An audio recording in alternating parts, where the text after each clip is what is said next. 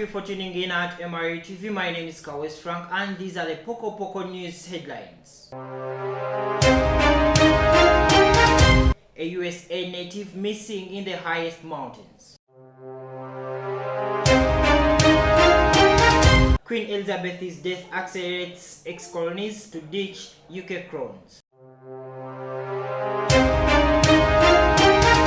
Russia to open war enlisting hub on Georgia borders. Let's have the news in details.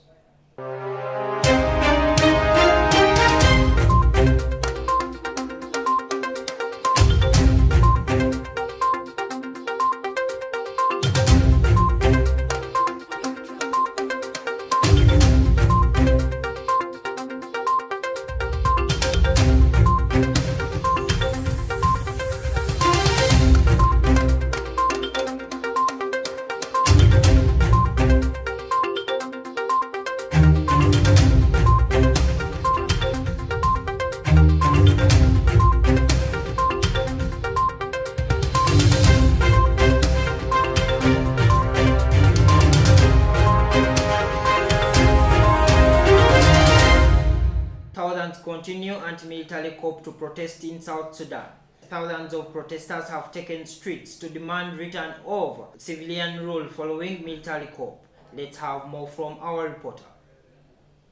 Demonstrators at Tuesday's rally in the capital Khartoum called for the military to go back to the barracks. Sudan has been rocked by waves of demonstrations since the armed forces led by General Abdel Fattah al-Burhan grabbed power in October. They took over appended a transition to civilian rule that was launched after the 2019 removal of President Omar al-Bashir following 30 years of authoritarianism. Protesters carried posters with the faces of some of 116 people that pro-democracy medics say have been killed in a crackdown on the anti-coup protests. In July, al-Burhan preached in a televised address to step aside and make aware of Sudanese factions to agree on a civilian government. Namagana Esther, MRU TV. A USA native went missing in the highest mountains and rescuers in Nepal are searching for her body in the highest mountains.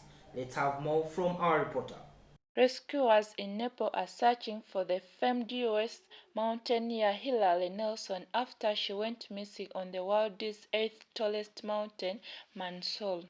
She reportedly fell into a deep crevasse during a ski recent on Monday. On the same day, one person was killed and more than a dozen injured on the same peak.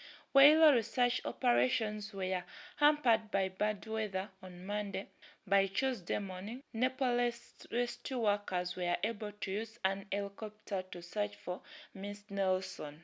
Ms. Nelson, aged 49 years, slipped and appeared to fall into a 2,000 feet gap in the ice known as crevasse only 15 minutes after reaching the summit of the 2.6 feet peak, according to the witness accounts. The area was covered to 6 feet of snow. Ms. Nelson is the first woman ever to climb Mount Everest. Nanyonja Grace, MRU TV, Pokopoko News. Queen's death accelerates ex-colonies to push ditch in UK crown. The death of Queen Elizabeth II will accelerate the push by former UK colonies in the British crown. Let's have more from our reporter. Despite the collapse of the British Empire in the last 14th century, countries have kept the monarch as their head of state after gaining independence. But with King Charles III ascending to the throne after the death of his mother, 7 nations are expected to break ties with Buckingham Palace in the years to come and move towards a full republican system but doesn't recognize the monarch. There was already steering of republicanism in a number of these different countries, but as long as the Queen was alive, there was that sentimental attachment to the person, not the institution, but to the Queen herself. Now that she's gone, there is much less of that sentimental attachment to the institution of the monarch. Namaganda Esther, MRU TV. Thank you, our reporter. Let's come back from a very short commercial break. A glance at the Emergency Empowerment. when you take a sport or either take a deep look at the way the AMRU Journalism Department is devoted to the practice. It is hands-on to every participant and backed by the well-stocked studios of Royal FM and AMRU TV. The department has fed the group of practice with outstanding personnels backed by professionals in the practice, and it is seen from the products of the different students. Take a glance at every sector. The Royal FM has all the required machines and personnel to release a well-backed student. The AMRU TV now has some of the most competitive programs in the media world. It is Mutesa One Royal University Journalism Department.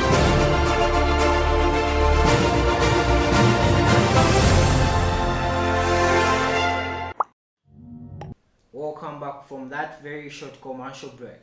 Ukraine told to be ready to fight for Russia as military officials across Russia race to enlist hundreds of thousands of men to fight in Ukraine. The Kremlin is looking brutal. Let's have more from our reporter.